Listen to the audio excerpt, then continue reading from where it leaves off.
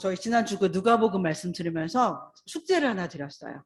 저희가 말씀을 여태껏 어떻게 읽어왔는가 한번 생각해 보시고 오셔라 라고 말씀을 드렸고 숙제를 드렸어요. 예, 어떻게 말씀을 읽고 계시던가요? 저희가 한 몇십 년, 뭐 짧게, 글쎄 우리 홍강수 성도님 빼놓고는 저희 다 여기서 한 몇십 년 정도는 신앙생활을 하시는 분들이세요. 그래서 저희가 지금껏 살아온 이 몇십 년 동안에 나는 주의 말씀을 어떻게 읽었을까?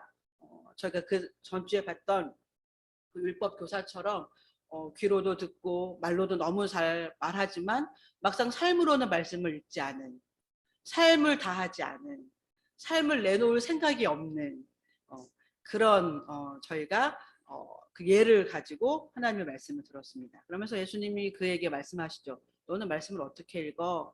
라고 물으셨어요. 너 이렇게 할 수 있겠어? 누가 정말 강도 만난 사람의 이웃이야? 라고 그렇게 물으셨어요. 저와 여러분들이 이 시대에 뭐 저희들 또한 강도 만난 사람들 같은 삶을 살았던 과거가 있었고 어쩌면 지금도 그런 삶의 위험에 노출되어 계시는 분들도 계실지 모르겠습니다. 또 그러지 않기를 바라지만 또 저희들 살다 보면 정말 강도 만난 사람처럼 그렇게 마음도 저희들의 삶도 피폐해질 때가 있을 수 있겠죠. 그럴 때 누가 나의 이웃이 되어줄까? 라고 생각해 보면 분명 그것은 누구였는가 하면 그들이 그렇게 우습게 봤던 혈통적으로 이스라엘 사람들이 그렇게 사람 취급도 하지 않았던 사마리아인이었어요. 그는 정말 하나님의 말씀을 줄줄줄줄 외우지 못했을 수도 있고 귀로 들은 사람도 아니었을 수 있고 말로 외우지 못한 사람이었을 수 있지만 그는 그의 삶으로 말씀을 읽어내는 사람이었습니다. 그래서 예수님 말씀하시는 거죠. 누가 이 강도 만난 사람의 이웃일까? 그것은 비단 내가 지금 강도를 만난 이웃, 그 강도를 만난 사람처럼 내 삶이 피폐해져 있으니 내 삶에 사마리아인이 다가와 주면 좋겠어 라고 하는 그런 기대하는 마음을 갖고 살아갈 때가 물론 있어요. 그렇지만 결국 하나님께서 예수님께서 이 세상을 살아가는 저와 여러분들에게 기대하고 원하시는 건 늘 강도 만난 사람처럼 그렇게 누군가의 도움이 필요한 사람이 아니라 이 시대에 강도 만난 사람처럼 버려져 있는 이들을 찾아가는 사마리아인의 삶이 아닐까라는 생각을 하는 거죠. 그런 사람이 저와 여러분들이 되어질 때 그 삶을 보고 빛과 소금의 역할을 감당하는 삶이다 라고 말씀하실 거예요. 자, 그런 삶은 그냥 저희가 입술로만 귀로만 머리로만 알고 있는 그 말씀으로 살아갈 수는 없는 삶이고요. 저들의 삶으로 말씀을 읽어낼 때 가능한 삶이다라고 하는 거죠. 그래서 저희가 그 지난주에 이 율법 교사와 함께 부자이면서 관리인이 아주 돈이 많았던 젊은 청년의 이야기가 성경에 같이 나와 있어서 마태복음의 말씀을 같이 저희가 읽었었습니다. 그래서 저는 모든 율법을 다 알고 있었고요. 모든 율법이 그렇게 되어져 있고 율법은 제가 다 지키고 살아오고 있습니다. 라고 하는 말씀을 예수님께 고백을 했어요. 그랬을 때 저희가 골로새서 말씀과 연결해서 그 말씀을 드렸죠. 탐심은 곧 무상 숭배다. 골로새서 3장에 나와 있는 말씀을 가지고 저희 같이 그렇게 들었어요. 그래서 이 부자이면서 관리인이었던 이 젊은 청년은 막상은 제가 말씀을 다 지켰어요. 제가 그 말씀대로 살았어요. 그렇게 표현하고 있지만 막상 깊은 곳 가운데 우상을 숨기고 있었던 가장 깊은 곳 가운데에서는 하나님의 말씀을 막상은 어기고 살았던 그런데 외형적으로 드러나는 모습으로 말씀을 지키고 있는 그 스스로의 삶에 그 사람이 스스로 또한 속아서 난 말씀을 되게 잘 지키고 있는 사람이야. 난 말씀을 정말 누구보다도 잘 실천하고 있는 사람이야. 라고 하는 그런 생각과 마음으로 스스로의 삶을 속이고 있었구나라고 하는 걸 저희가 지난주에 같이 들었어요. 10가지의 계명을 다 지켰다라고 말하는데 막상은 자기의 것을 다 내어놓을 수 없는, 이웃을 위해서 내어놓을 수 없는. 제가 지난주에 오해하시지 마셔라라고 말씀하면서 이거 어떤 양당 간의 선택과 결정을 말하는 게 아니라 정말 케이스 바이 케이스로 그 청년은 그렇게 말한다는 거죠. 나는 모든 율법을 다 지켰어요. 나는 하나님께서 구약에 말씀하고 계시는 그 모든 율법을 저는 너무나 다 잘 지킨 사람이에요. 네. 저 되게 훌륭하죠 라고 하는 말만 안 했을 뿐이지 그 사람은 그렇게 생각을 하고 있었어요. 그리고 예수님께 모르겠어요. 태도로는 되게 겸손한 어떤 태도를 보였을 수도 있죠. 제가 그 계명을 다 지키고 나름대로 이렇게 열심히 살아온 것 같습니다. 이렇게 말을 했을지 10가지 계명 다 지킨 사람이에요. 그렇게 당당하게 말을 했을지는 모르겠어요. 그 표현까지는 안 나와 있습니다. 그러나 그 사람이 스스로 자기에 대해서 그렇게 이제 표현을 한 거죠. 저는 이 율법을 다 지키고 살아왔습니다. 살아오고 있습니다. 근데 예수님은 정말 케이스 바이 케이스로 그 사람의 어떤 영적인 상태를 통찰하시는 분이시기 때문에 이 사람이 이렇게 말은 하지만 막상 저 깊은 곳 가운데 정말 하나님을 위해서 아니면 이웃을 위해서 이 모든 것들을 내어놓을 수 있는 그런 준비가 되어 있지 않음에도 자기가 이 모든 준비가 되어져 있는 사람처럼 자기를 그렇게 알고 있구나. 그리고 그런 생각에 스스로를 자꾸 속이고 있구나 라고 하는 그를 향한 예수님의 통찰이 있었던 거죠. 그래서 말씀하시는 거죠. 그러면 너 내 이웃을 위해서 너의 모든 전 재산을 내어놓을 수 있겠니? 라고 물으세요. 그 청년이 고민하며 돌아갔다 그랬죠. 이 말 앞에, 이 말씀, 이 예수님의 질문 앞에 그가 돌아가서 자기의 삶을 스스로 어떻게 통찰했을지에 따라서 그의 삶은 되게 많이 방향이 바뀌었을 거예요. 맞아. 난 하나님의 말씀을 되게 잘 지키는 사람이라고 생각을 했는데 막상 난 그 앞에서 왜 그 결정을 내리지 못했을까? 그 말씀 앞에서 나는 왜 제가 그 부분까지 그렇게 된다고 생각을 하지 못했는데 그 부분까지 그렇게 하는 게 옳습니다. 예수님의 말씀이 옳으니 제가 그렇게 하겠습니다라는 말을 못한 이유가 분명 있을 텐데 나는 왜 그걸 못했을까? 라고 하는 그 예수님의 질문 앞에 스스로를 말씀 앞에 세워서 깊이 통찰하고 생각했다라고 하면 그의 삶은 굉장히 많은 이렇게 차이가 났을 거예요. 출발은 여기에요. 바로 여기. 그 질문. 너 그렇게 할 수 있겠어? 너의 모든 전 재산을 네가 지금 이렇게 외우고 있는 말처럼 그런 말씀처럼 내 이웃을 내 몸과 같이 사랑해라 라고 했는데 지금 너를 위해서 사용할 수 있는 그 물질을 이 가난한 사람들을 위해서 다 내어놓을 수 있겠어? 너 그게 당당하게 그렇게 말하는데 그렇게 할 수 있겠어? 라고 하는 질문의 시작, 출발점일 거예요. 그 출발 앞에 이 사람이 이 선택을 했을지 성경은 안 나와 있으니 그러나 이 질문 앞에 그 사람이 어떤 선택을 했는지에 따라서 되게 다른 결과를 만들어냈겠죠. 이 사람은 그거를 내어놓을 수 없는 수만 가지 이유를 만들어 갔을 수도 있고요. 그렇게까지는 아니지. 세상을 돌아봐. 누가 그렇게까지 하는지. 만약 이 사람이 그런 어떤 자기를 방어하고 합리화하고 변명하는 선택들을 했다라고 하면 아마 그는 여전히 10년 후에 예수님을 만나도 똑같은 아마 그 질문을 받았을 때 다시 근심하면서 돌아갔을 거예요. 근데 이 질문 앞에 이 사람이 아마 자기 스스로를 되게 깊이 통찰하고 들여다봤다라고 하면 다른 선택들을 쉽지 않았을 거예요. 처음부터 이 선택을 하는 건 쉽지 않았겠지만 이 선택들을 꾸준히 적어도 이 사람이 해나갔다라고 하면 분명히 뭔가 다른 어떤 삶의 결과물들을 만들어냈을 건 당연하죠. 성경도 그걸 얘기하고 있습니다. 너의 선택이 너의 삶을 만들어갈 거야 라고 하셨습니다. 저희가 지난주에 그 말씀을 들었어요. 그래서 제가 오늘 설교를 시작하면서 여쭤봤습니다. 저희가 몇십 년 동안 신앙생활을 해왔고 교회를 다니고 있고 목회자로, 전도사로, 장로로, 직분자로, 팀장으로 이렇게 저희가 지금 살아오고 있는데 그렇다라고 하면 지금까지 저희들의 삶을 이렇게 들여다봤을 때 우리는 말씀을 어떻게 읽고 계셨던 것 같냐. 일주일 동안 한번 생각해보고 오셔라 라고 하는 숙제를 내드렸다 그랬어요. 깊이 생각해보고 오신 분들도 계실 수 있고요. 맞다. 지금 생각나신 분들도 계실지 몰라요. 맞다. 저번에 그런 숙제 있었어. 이렇게 생각하실지도 모르겠어요. 근데 잊어버리셨다라고 하면 다시 오늘부터 한번 스스로에게 물어보세요. 나는 말씀을 어떻게 읽어온 사람일까? 삶으로도 읽고 있는 사람일까? 눈과 귀로만 읽은 사람일까? 내 삶으로도 이 말씀을 읽으려고 노력은 하지만 너무 이렇게 자주 중단되는 사람일까? 아니면 꾸준히 읽고 있는 사람일까? 이렇게 저희들을 깊이 통찰해 볼 수 있는 한 주간의 시간이 되셨으면 좋겠습니다. 오늘 저희가 시편 37편의 말씀을 보는데 이 37편 저희가 그렇게 흔히 있지 않은 일인데 저희가 1절부터 40절까지의 말씀, 이 한 편의 말씀을 저희가 다 같이 읽었어요. 읽은 이유가 있겠죠. 오늘 37편 다윗의 시다라고 맨 위에 보면 그렇게 되어져 있는데 이 다윗의 시라고 되어져 있는 이 37편의 말씀 전체는요. 어떤 내용인가 하면 하나님이 어떤 분이신가를 이렇게 뭐라 해야 되나요? 변증하는 하나님이 어떤 분이신가를 하나님을 모르는 사람들에게 변호하는 아니면 하나님을 알고는 있지만 하나님에 대한 오해가 굉장히 많이 쌓여져 있는 그 누군가에게 하나님은 이런 분이셔라고 변증하는 그런 내용이 시편 37편 전체의 내용입니다. 오늘 저희가 보려고 했다는 말씀인 5절에서 7절까지인데요. 한번 저희가 말씀을 37편 5절에서 7절까지의 말씀을 한번 읽어보겠습니다. 제가 읽어보겠습니다. 네 길을 여호와께 맡기라. 그를 의지하면 그가 이루시고 내 의를 빛같이 나타내시며 내 공의를 정오의 빛같이 하시리로다. 여호와 앞에 잠잠하고 참고 기다리라. 자기 길이 형통하며 악한 꾀를 이루는 자 때문에 불평하지 말지어다.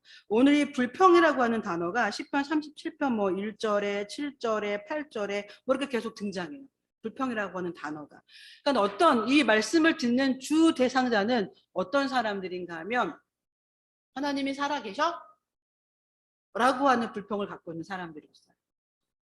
하나님이 살아계시기는 해? 뭐 이런. 근데 이 사람들이 어떤 사람들인가 하면 하나님의 공의를 믿는 사람들이고 하나님의 공의가 어떤 건지를 알고 있는 사람들이었어요. 그리고 세상의 불의를, 세상에 지금 횡행하고 있는 그 불의를 바라보면서 야, 이건 정말 공의롭지 않은데? 라고 하면서 의문도 갖고 있는 사람들이었어요. 주 대상이. 그러니까 하나님은 공의로워. 하나님은 공평하신 분이고 하나님은 정말 이렇게 옳지 않은 것에 대해서 불의함에 대해서 분노를 바라시는 분이야. 그렇게 알고 있어요. 하나님에 대해서. 그리고 그런 하나님에 대해서 알고 있는 사람들이 세상을 살아가고 있는데 세상은 너무 불공평해. 정의롭지 않아. 불공정해. 그러면 그들이 알고 있는 그 공의로운 하나님은 이 세상을 저희가 알고 있는 것처럼 어떻게 심판하셔야 돼. 불의를 저지르고 불공정을 저지르고 불공평함의 어떤 주체가 되어져 있는 어떤 그 관리자들, 리더들 뭐 그런 사람들을 향해서 하나님 뭔가 이렇게 하나님의 어떤 그 공의로우심으로 당장 뭔가 심판을 하셔야 돼. 그래서 그것 때문에 막 불평이 생기고 있는 사람들이에요. 그래서 오늘 37편 1절에 아까 저 읽었지만 이렇게 나와 있습니다. 악을 행하는 자들 때문에 불평하지 말고 불의를 행하는 자들 때문에 시기하지 말고 7절에 저희가 말씀 봤던 것처럼 악한 꾀로 이루는 자들 때문에 불평하지 말고 8절에 분을 그치고 노를 버리며 불평하지 말고 이런 말씀들이 계속 등장해요. 그러니까 하나님이 어떤 분이신지도 알고 세상이 어떤 상황인지 이게 돌아가는 걸 보아하니 아까 말씀드린 것처럼 하나님은 이렇게 하셔야 되는데 왜 하나님은 가만히 계시는 거야? 하나님 이때 이렇게 하셔야 하나님이 얼마나 멋진 분이신가도 드러날 수 있고 그 하나님을 믿고 기대하는 나도 지금 만족이 될 수 있고 그리고 그 불의를 저지르는 그 어떤 리더들, 관리자들, 뭐 권력자들, 권세자들 그들도 하나님을 두려워 떨 테고 이게 정말 이 모든 것들이 다 이렇게 일순간에 잘 딱 정리가 될 수 있는데 하나님은 도대체 뭐 하시는 거야? 라고 하는 생각을 갖고 있는 자들이에요. 그런 분들인 거예요. 그런 사람들인 거예요. 그런데 다윗을 통해서 하나님이 또 다윗이 어떤 이야기들을 이렇게 강력하게 주장하고 있는가 하면 불평하지 마. 참고 기다려봐. 그러니까 여기서 불평한다라고 하는 단어는 어떤 의미를 갖고 있는가 하면요. 그런 거 있잖아요. 저희가 뭔가 때문에 화가 나요. 뭐 때문에 이렇게 열을 받았어. 화가 났어. 그러면 또, 열받아. 뚜껑 열려. 뭐 이런 표현을 하는데, 이게 어떤 불평, 이 온전하고 이렇게 제대로 돌아가지 않는 상황들 때문에 저들의 마음에 이렇게 분노가 쌓이면 어떻게 사람 몸이 되는가 하면 이렇게 열이 점점 나잖아요. 차갑게 식어가는 분이 더 위험하다라고 말하는데, 점점 더 저희도 모르게 몸에서 열이 나요. 열이 날 수밖에 없어요. 왜? 화가 나니까. 화가 난다는 말은 그런 말이에요. 뭐야? 왜 이러는 거야? 무슨 상황인 거야? 이런 저희들의 몸에서는 열이 날 수밖에 없는 거죠. 이 오늘 시편 37편에 나오는 불평은 바로 그런 것들이에요. 그래서 온 몸이 불타오르는 그런 것들이 이 불평한다라고 하는 단어 안에 같이 들어가 있어요. 그래서 불평한 왜 그래? 왜 저래? 뭐 해? 이렇게 해서 그냥 그게 끝나는 게 아니라 그걸로 인해서 저희들의 몸도 또 저희들의 어떤 상황도 점점 어떤 뭐라고 해야 되나요? 뜨거워지고 열을 받는 거죠. 그래서 어떤 결과를 낳는가 하면 그걸로 인해서 보는 시야가 좁아지는 거예요. 보는 시야가 좁아져서 어떻게 또 이 상황들이 되어지는가 하면 이 좁아지는 시야로 인해서 이렇게 이렇게 뭐라 해야 되나 온전한 판단과 결정을 내리기가 어려워지는 거예요. 오늘 성경에서 말하는 시편 37편에 불평하지 마라고 하는 건 다른 의미가 아니에요. 이건 옳은 거야, 이건 틀린 거야, 옳지 않은 거야 라고 하는 분별을 하지 말아라 라고 하는 그런 의미가 아니라요. 그것이 어느덧 불평으로 나아가서 저희들의 몸을, 저희들의 생각을, 시야를 좁아지게 만들어서 온전한 판단과 결정을 내리는데 이게 방해 요소가 될 수 있으니 그러하니 불평하지 말아라 라고 하는 거예요. 이 불평 계속적으로 오래 쌓이면 어떤 결과를 낳는다라고 다윗은 하나님 안에서 깨달았는가 하면 그 불평이 오래 쌓여지면 어떻게 되어지는가 하면 하나님을 신뢰하고 하나님을 믿지 못하는 결과에까지 나간다라고 하는 거예요. 왜 그런가 하면 이 불평을 저희가 자꾸 말하면서 어떤 생각이 아까 든다고 그랬죠? 자꾸 시야가 좁아지면서 온전한 판단을 못 내리는데 그건 무슨 말을 하는가 하면 내가 해야 되겠다. 내가 결정해야 되겠다. 그리고 내가 이 일을 처리해야 되겠다. 내가 이 일을 뭐라 해야 되나요? 어떻게 만들어 가야 되겠다. 라고 하는 그런 상황으로 가기 때문이다라고 하는 거예요. 그래서 불평하지 말아라 라고 성경은 말하고 있는 거예요. 제가 아까 37편 전체적인 그 말씀이 이 하나님에 대한 변호, 하나님에 대한 변증의 말씀이다 그랬어요. 다윗은 이런 어떤 이 주변에 이런 어떤 상황들을 바라보면서 뭘 말하고 싶었는가 하면 하나님이 어떤 분이신가를 말하고 싶었던 거예요. 하나님이 어떤 분이신가. 이 상황들을 모르시거나 이 상황들을 못 보고 계시거나 이 상황들에 대한 판단이 없으시거나 이 상황들이 옳지 않은데 옳다라고 하나님은 사랑이 많으시니까 이 옳지 않음에 대해서도 옳다고 말하실 거야 하는 하나님이 아니라는 거 알고 계시죠? 알고 계시죠? 옳지 않은 건 옳지 않은 거예요. 틀린 건 틀린 거예요. 그래서 하나님은 공의롭다라고 말해요. 그러니까 하나님은 굉장히 공의로우신 분이세요. 그래서 저희가 옳다 옳지 않다의 어떤 그 구분을 아까 말씀드렸던 것처럼 지난주에 그 부자이면서 관리인 청년이 저는 하나님의 계명을 다 지켰어요 라고 말하는데 예수님은 그의 영혼을 통찰하셨다 그랬어요. 정말 그럴까? 통찰하셨다 그랬어요. 누가 봐도 그 부자이면서 관리인이 그 부자 청년은 누가 봐도 옳은 사람이에요. 야, 저 젊은 사람이 저 부자 관리가 명예도 있고 어떤 재산도 있고 정말 다 모든 것들을 갖춘 저 사람이 하나님의 말씀을 저렇게 지키려고 애쓰고 수고하다니 정말 저희 흔한 말처럼 짱이야 뭐 이런 말을 들을 수밖에 없는 사람인데 예수님은 그 영혼을 통찰하세요. 그래서 그에게 있지 않은, 그러니까 그가 공의롭지 않음에 대해서 네가 알고 있는 네가 그렇게 공의로울지 모르겠지만 너는 내 앞에서 그렇게 공의로운 존재가 아니야 라고 말씀하세요. 공의로운 존재가 아니야. 그러니까 하나님의 공의로우심 앞에 그 어떤 사람도 우리들의 공의로움을 내세울 수 없다는 거죠. 하나님은 그렇게 공의로우신 분이세요. 그런데 저희가 감히 옳지 않음에 대해서 우리의 요만큼 있는 사랑으로 옳은 것처럼 하나님이 그렇게 공의로운 눈으로 통찰하고 계시는 그 모든 상황들 앞에서 우리가 손바닥만한 사랑을 가지고 누군가의 불의를 감춰주려고 한다라고 하는 건 정말 옳지 않은 선택이라는 거죠. 우리의 손바닥만한 사랑으로 우주보다 넓은 하나님의 사랑 앞에서 그 사람의 어떤 이롭지 않음을, 공의롭지 않음을, 옳지 않음을 가리고 이 사람은 참 괜찮은 사람이에요 라고 말하겠다. 그렇게 사람을 감춰주겠다라고 말하는 건 얼마나 잘못된 선택인가라고 하는 거예요. 즉 하나님은 굉장히 공의로우신 분이세요. 이 굉장이라는 말도 옳지 않을 만큼 하나님은 완벽하고 온전하게 공의로우신 분이세요. 그 하나님을 알고 있는 사람들이에요. 이 사람들, 이 말씀을 듣는 사람들. 이 사람들에게 다윗은 말하는 거죠. 한편으로는 그들에게 위로와 한편으로는 그들에게 격려와 한편으로는 그들이 그 하나님의 공의로움에 대해서도 알고 있고 세상의 불의의 이 중간에서 정말 열심히도 싸우고 열심히도 살아가는 그들을 향해서 다윗을 통해 하나님은 위로하시는지도 모르겠어요. 다윗을 통해서 하나님은 그들에게 너희가 이 세상의 하나님의 공의로움과 세상의 불공정한 공의롭지 않음 사이에서 정말 네가 부대끼고 힘들고 어렵고 답답하고 힘들 텐데 꼭 기억해 주기를 바래. 하나님은 공의로우신 분이고 그 공의를 반드시 이루실 분이시고 우리의 눈에 보이지 않아서 하나님이 이 불공정함에 대해서 불공평함에 대해서 하나님은 아무런 액션도 취하시지 않나?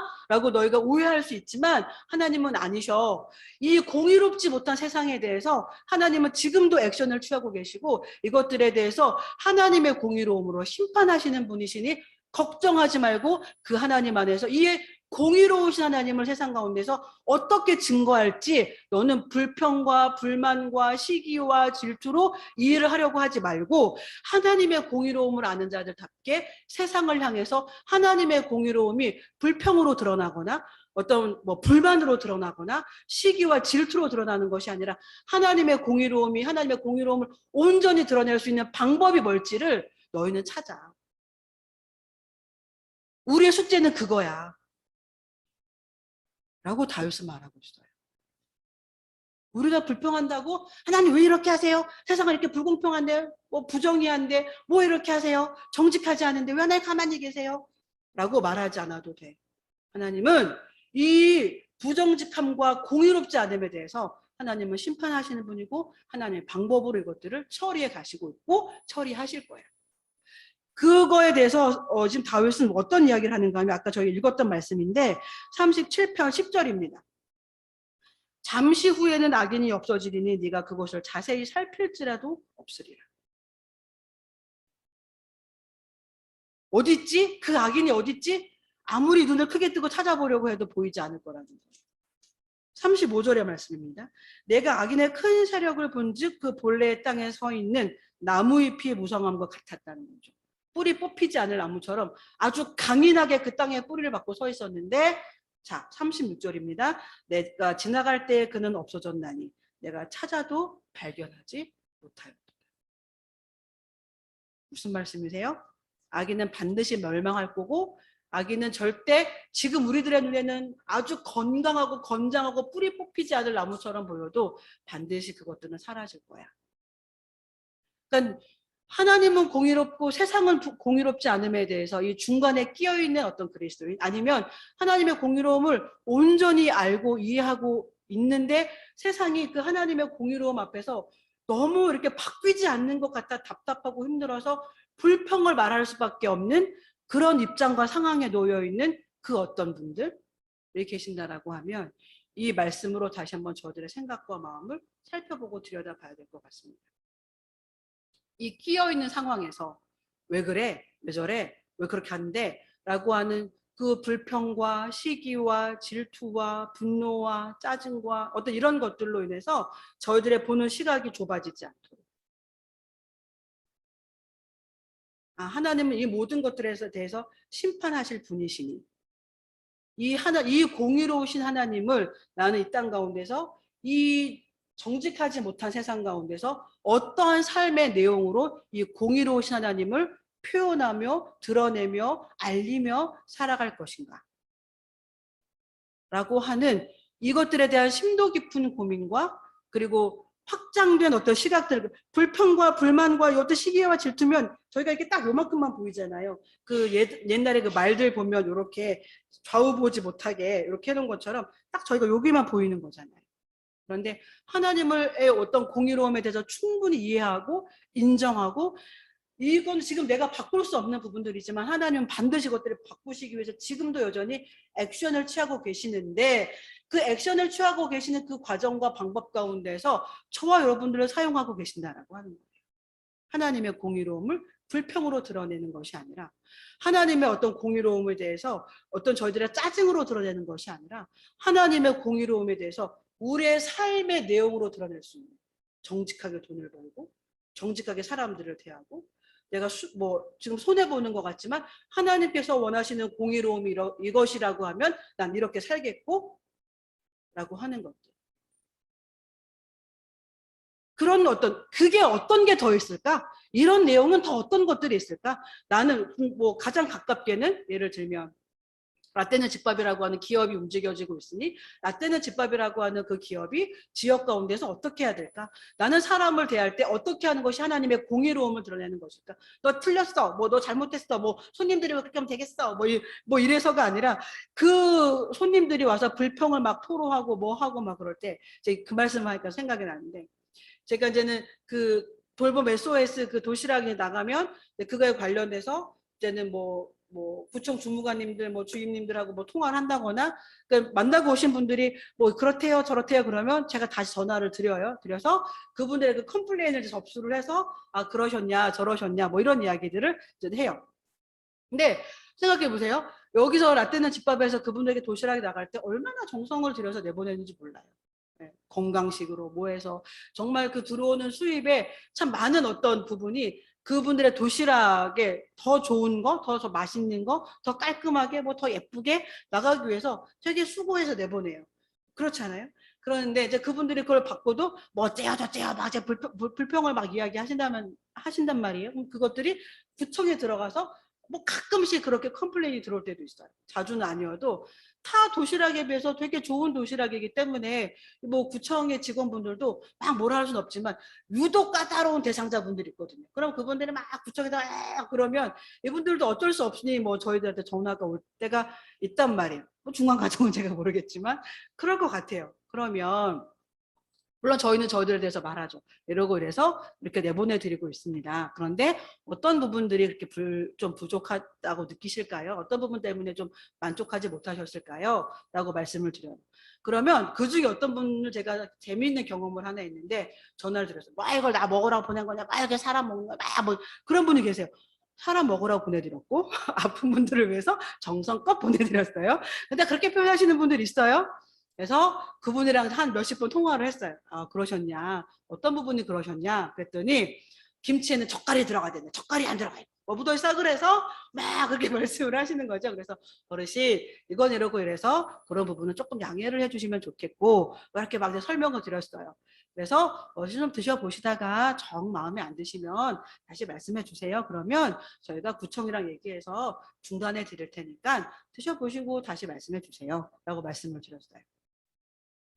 그러고 났는데 이제 그분이 그래서 사인도 안 해줬어요. 내가 먹어보고 사인해 줄 테니 사인 안 해주겠다. 계약서에 사인 안 하겠다. 뭐 그러신 분이세요. 근데 며칠 지나서 이제 사인을 해줄 테니 왜 그 계약서 안 갖고 오냐 그러셨다는 거죠. 30번을 다 채우실지 어떠실지는 잘 모르겠지만 그런 몇 분의 경험들을 이렇게 하면서 그거죠. 그분들도 아픈 삶을 살아오셨던 분들이신 거예요. 누군가에게 도움을 받아야 되고 어떤 조금의 어떤 자존심이나 어떤 그런 것들을 갖고 어떤 살아오셨던 분들이시라고 하면 그런 분들 되게 지금은 조금 많이 나아졌어요. 이게 확장돼서. 근데 몇 년 전만 해도 내가 구청으로부터 도시락을 받고 내가 뭔가를 받는 거가 되게 자존심 상해하시고 힘들어하셨던 분들이 꽤 있으셨어요. 저희는 그런 거 알고 있잖아요. 도시락 나가면서 뭐 두꾸막교 하면서 뭐 하면서 그분들이 어떤 그런 말로는 되게 세게 표현하지만 깊은 곳 가운데 있는 그런 애로사항, 깊은 곳 가운데 있는 상처, 저희 그런 거 알고 있는 사람들이잖아요. 그래서 그분들을 대할 때 이렇게 대하는 게 옳아. 저렇게 대하는 게 맞아. 이렇게 표현해주면 좋겠어. 라고 말하는 거예요. 그분들의 상처가 더 깊어지지 않게. 그분들의 상처가 더 골마 터지지 않게 그 상처를 딛고 건강하게 재사회화가 되실 수 있도록 하려고 하는 게 두꾸막기 어떤 목적 중에 하나잖아요. 그죠? 그러니까 그분들을 대할 때 도에 넘치는 어떤 그분들한테 지금 적절하지 않은 그런 어떤 표현과 도움은 주지 않는다. 라고 하는 게 원칙상으로 저희들한테 있어요. 그런 거예요. 이게 다 하나님의 공의로움을 표현하는 거예요. 나의 사랑이나 내가 너한테 이런 걸 해줄 수 있어가 중요한 게 아니라 하나님의 공의로움, 하나님의 사랑. 오늘 본문의 말씀은 하나님이 어떤 분이신가를 변호하는 거고 변증하는 거다 그랬잖아요. 하나님이 어떤 분이신가를 저 여러분들은 세상 가운데 드러내며 살아가야 하는 그리스도인들이에요. 우리의 의로움, 우리의 사랑, 손바닥만한 우리의 사랑을 드러내기 위해서 안달복달해야 되는 사람들이 아니고요. 이 온 우주를 만물을 창조하셔서 우리를 위해서 우리의 죄 때문에 하나님 앞에 갈 수 없는 우리들을 위해서 예수님을 보내어 주신 하나님의 사랑을 드러내야 되는 사람들인 거예요. 다윗이 하나님에 대해서 증거하고 증언하고 변호하고 변증하는 사람인 것처럼 저희들 또한 다윗과 같은 삶을 이 세상 가운데서 살아줘야 되는 사람들이다라고 하는 거죠. 너희가 하나님에 대해서 오해하고 있는데 하나님은 이렇게 공의로우신 분이죠. 그래서 네가 그 하나님 왜 이렇게 하나님의 공의를 이 땅 가운데 펼치지 않으세요? 라고 불평하지 않아도 돼. 하나님은 이러신 분이시니 반드시 그렇게 할 거야. 그러니 이 하나님의 공의를 우리들의 삶에서 어떻게 드러낼까를 한번 잘 연구해봐. 생각해봐. 필요하면 참기도 하고 기다리면서 하나님의 공의를 드러낼 수 있는 방법이 뭔지 한번 찾아봐. 오늘 본문의 말씀에 7절이죠. 여호와 앞에 잠잠하고 참고 기다리라. 자기 길이 형통하며 악한 기회를 이루는 자 때문에 불평하지 마라. 그들의 그 불의함에 대해서 이 하나님의 공의를 알고 있는 나는 이 하나님의 공의를 어떻게 증거할 건가? 라고 하는 걸 저들의 숙제와 과업으로 삼아야지 너!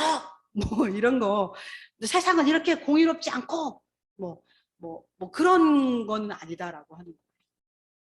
그들한테 어떻게 하나님의 공의를 하나님의 사랑을 더 잘 증거할 수 있을까를 저들을 연구하고 그것들을 우리들의 삶으로 드러내야 한다라고 하는 것이죠. 저희가 아까 말씀드렸던 그분들하고 이렇게 통화를 하고 나서 이렇게 혼자 앉아서 생각을 해봤어요. 뭐 그런 불만과 불평을 들을 때 기분 좋은 사람은 없어요. 기분 좋은 사람은 없는데 그렇게 기분 나쁘지도 않아요. 사실은. 기분 나쁘지도 않아요. 예를 들면 80명에게 100명에게 도시락이 나가는데 100명을 다 만족시킬 수는 없습니다. 다만 우리가 최선을 다해서 하고 있는가? 가장 중요한 건 그거예요. 우리가 최선을 다해서 그분들을 생각하면서 이 도시락을 내보내고 있는가? 최선을 다해서 내보냈음에도 100명 중에 한두 분은 못마땅하실 수 있잖아요. 그냥 그분들한테 뭐 사람이 뭐 저래? 뭐 저도 뭐 기분이 안 좋을 때 뭐 그럴 수도 있겠지만 뭐 다 듣고 이해하고 아 그러셨네요. 그러실 수 있겠네요. 그러면 그런 부분들은 저희가 수정이 가능한지 한번 제가 여쭤는 보겠습니다. 혹시 그런데 그렇게 되지 않더라도 저희가 한두 분의 도시락에 나가는 것이 아니니 그 부분은 그렇게 양해를 좀 해주셔야 될 것 같습니다. 근데 그게 안 되시면 말씀하십시오. 언제든지 중단해 드리겠습니다. 저희가 정확하게 말씀드리면 되는 거예요. 예의 바르게 정확하게 말씀드리면 돼요. 구청이든 그분이 어떤 대상자든 누구든.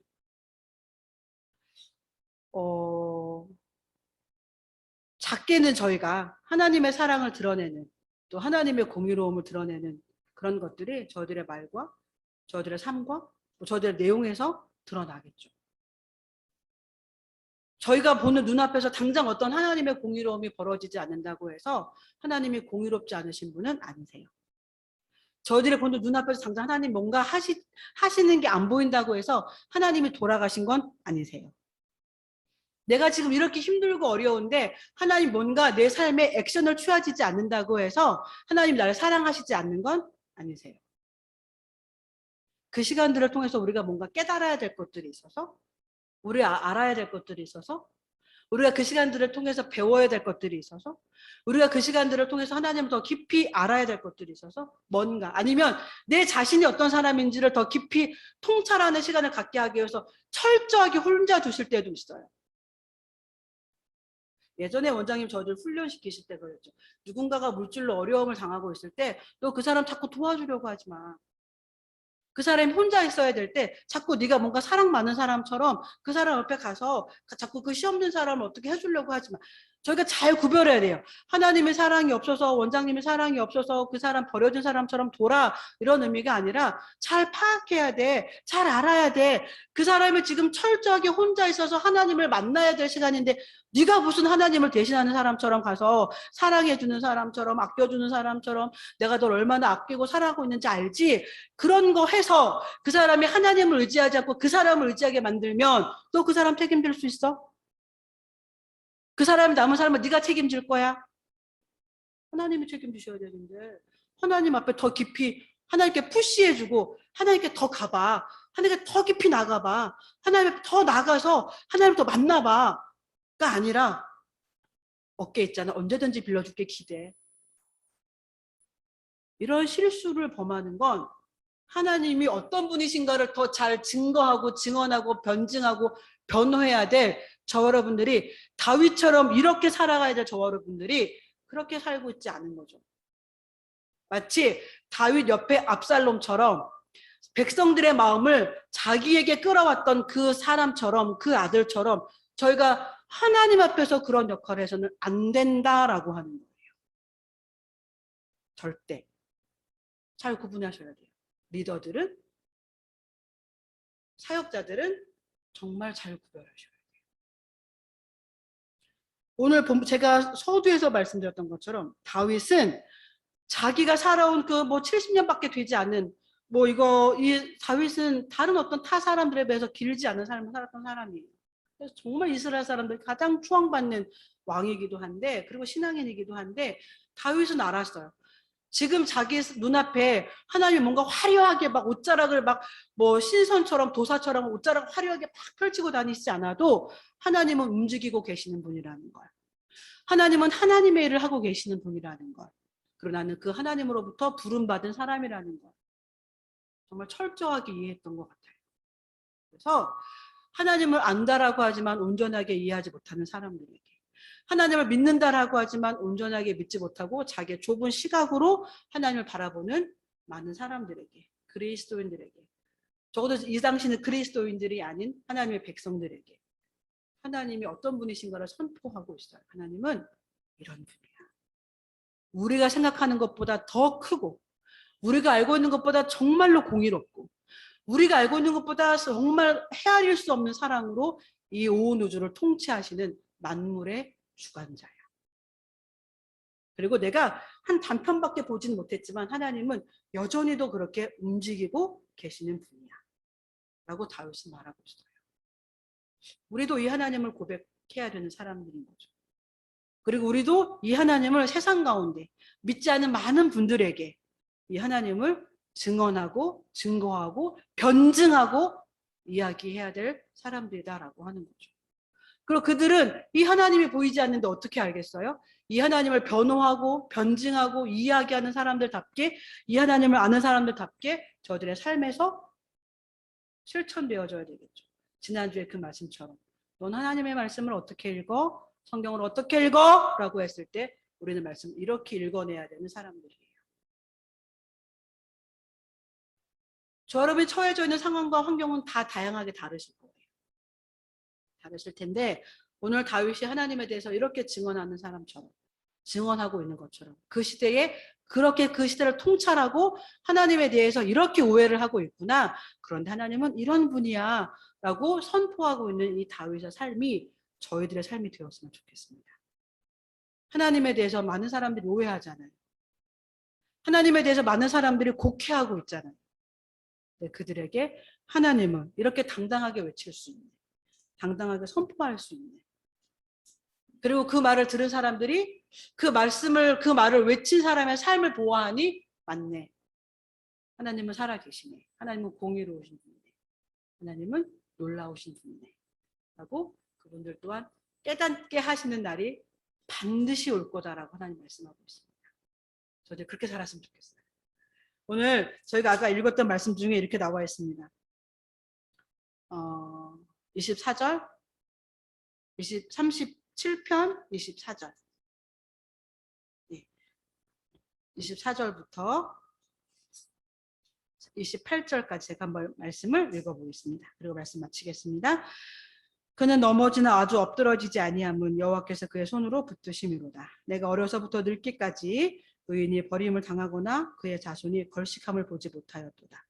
그는 종일토록 은혜를 베풀고 꾸어주니 그의 자손이 복을 받는도다. 악에서 떠나 선을 행하라. 그리하면 영원히 살리니 여호와께서 정의를 사랑하시고 그의 성도를 버리지 아니하심이로다. 그들은 영원히 보호를 받으나 악인의 자손은 끊어지리로다. 다윗이 고백하고 있어요. 난 절대 그런 걸 보지 못했어. 하나님은 그러신 분이야. 나는 이 하나님을 너희들도 믿고 그 하나님의 자녀들로서 의인된 자로서의 삶을 살기를 바래. 라고 하는 이 권면의 말씀과 함께 하나님에 대해서 선포하고 있습니다. 저희 또한 이 동일한 하나님을 믿고 있습니다. 이 동일한 하나님을 저희들은 아버지라고 믿는 더 가까운 관계로 나와 있는 사람들입니다. 하나님을 아버지라 부르는 사람들로서 이 시대 가운데, 이 땅 가운데 하나님 이렇게 멋지게 선포하고 증언할 수 있는 저와 여러분들이 되었으면 좋겠고요. 그러기 위해서 나는 이 삶의 자리에서 어떻게 이 하나님을 드러낼 건가? 내 말로, 내 행동으로, 내 눈빛으로 이 하나님을 어떻게 드러낼 건가? 중요한 과업 삼아 이것들을 연구하고 저희들의 삶에서 실천할 수 있었으면 좋겠습니다. 저희 제가 같이 기도하겠습니다. 하나님, 제가 다윗처럼 이 하나님을 이 세상 가운데 하나님에 대한 오해와 곡해가 쌓여가는 이 시대 가운데 이 하나님을 이렇게 멋지게, 이 하나님을 이렇게 정말로 많은 사람들 앞에 놀랍게 선포하고 증언할 수 있는 그런 삶이 될 수 있도록, 또한 그런 삶이 제 삶의 자리에서 구체적으로 이 하나님을 증언하는 사람들로서의 삶을 드러내며 살 수 있도록 제가 그러한 것들에 기도하고 내 삶의 중요한 숙제로 삼아서 그렇게 어떻게 그렇게 살 수 있을까 기도하고 실제로 그렇게 살아낼 수 있는 저들의 삶이 되게 해달라고 잠깐만 기도하겠습니다.